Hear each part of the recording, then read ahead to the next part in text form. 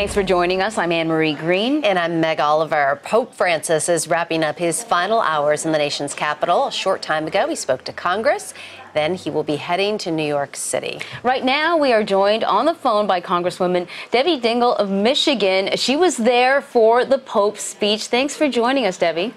Thank you, both of you. It's great to be here. You know, it was very interesting watching it from where we are, but I cannot imagine what it was like in the chamber. What was the mood like in there?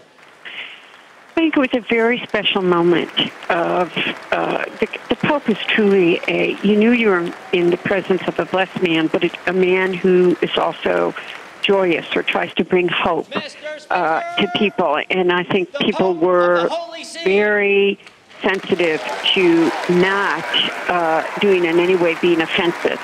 And what I do think that the Pope did is to remind us we were part of one community, that we were all one.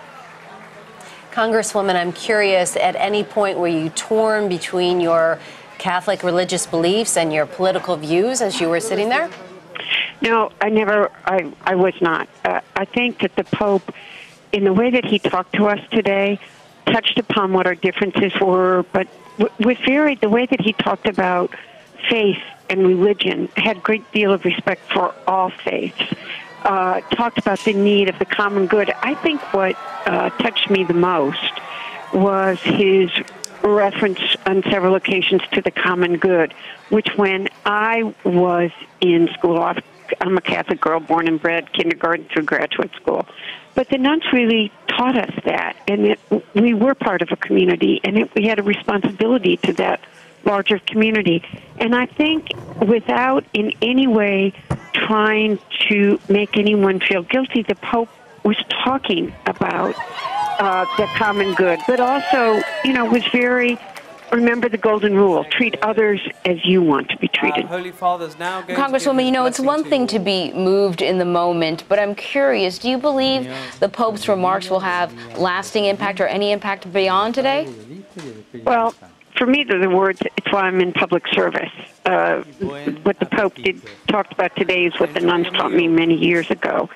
I'm hoping that the Pope will have touched us enough that he will help us work together. And remember, we are all part of one community.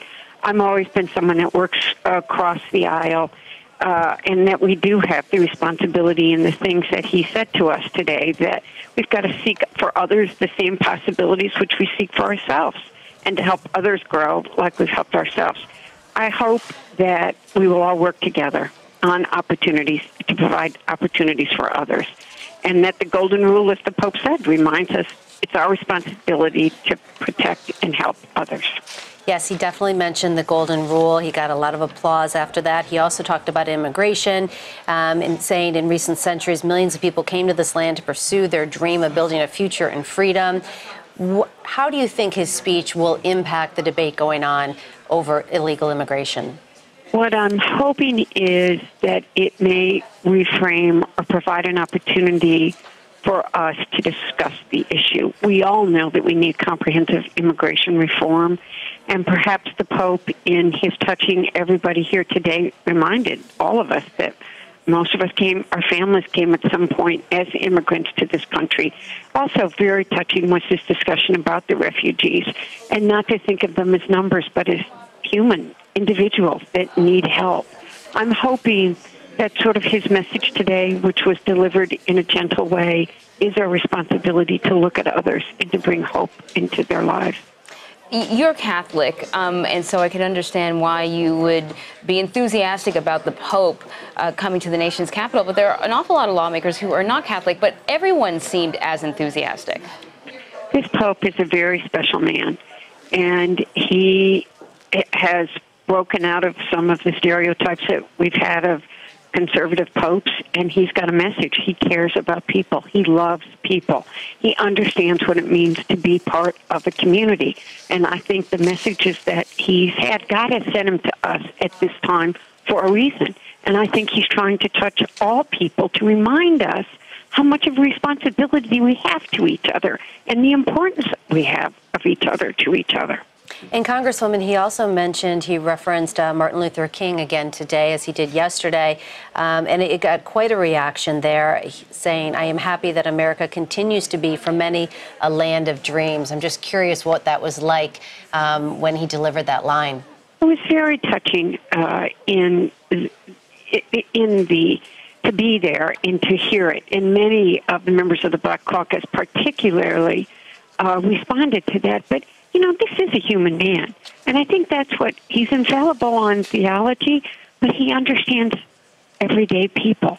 And he understands the role that elected representatives have to represent the people that they represent, and how every working man and woman just wants to earn a living, have enough food to feed their family, to create a dream, and that our responsibility is to help those people who just have simple needs, want to be able to achieve them. And that's what he was reminding us today. We're all part of that community, and we have a responsibility to each other. And the other thing he very clearly spoke about was we have a responsibility for action. We had heard that there were some quote-unquote enforcers being put at the end of each aisle to make sure that lawmakers behave themselves and no one got too close to the Pope or acted inappropriately. Did everyone behave themselves? They did. I was one of those people, to be perfectly frank. You were an enforcer? They started calling us the blockers on the floor. But everybody. How did you get appointed then? I have no idea how I did. Probably because I'm such a good Catholic girl. But this was just a joyous day. I can't tell you how many members both sides of the aisle said it was the best speech that they had ever heard. If it's a speech that you even talk, this was a papa. This was a father talking to all of us. And I don't think he was trying to decree anything. I would think he was trying to touch our souls and our hearts and help us help others. And I really think he accomplished that today. All right, Congresswoman Debbie Dingell, thank you very much for joining us. Thank you for having me.